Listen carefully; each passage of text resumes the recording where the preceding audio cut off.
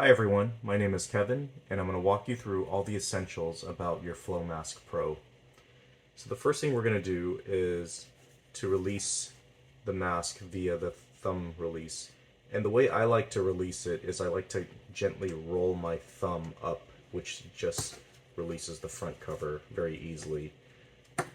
We have a 3-point snap, and that actually puts equal pressure all around this silicone rib that sandwiches the filter in place.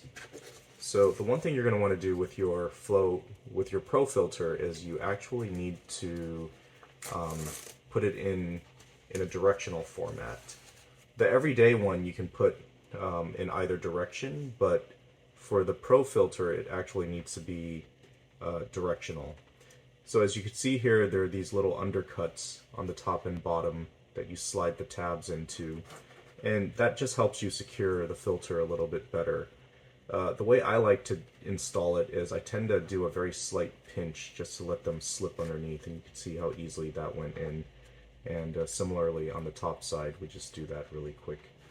And if you just give it a little bit of a shape before you snap the cover on, that'll make things a lot easier. Now, it's much easier to do it without the straps installed because the straps could get in the way, but what I like to do is I like to pull the straps all the way back, and then I snap it on directly. So you just put it on, give it a firm snap on all ends, and it's looking pretty good. So the way we've designed it to make sure that you know it's directional is that the logo for the Pro filter just peeks out right there. To wear the mask, simply put it around your neck and tighten it slightly.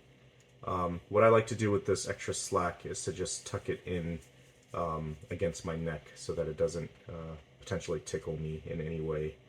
And the beauty of this Flo Mask Pro is that it doesn't take much pressure to create a very tight seal against your face. And with the Pro filter, it's much easier to do a seal check, but you can always cover your hand slightly over the front cover and give it a good blow, and you'll feel if there's any leakage in the area.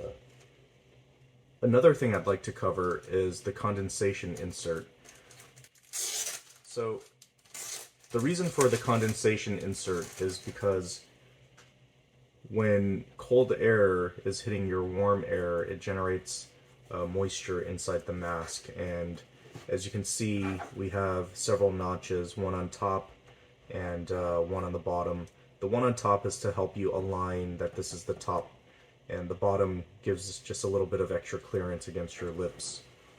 So the way I like to do it is I tend to put the notch at the top right at the tip of the nose, and what we want to do is we want to install it so that it tucks against the inner edge of the gasket, but on the outer part of it.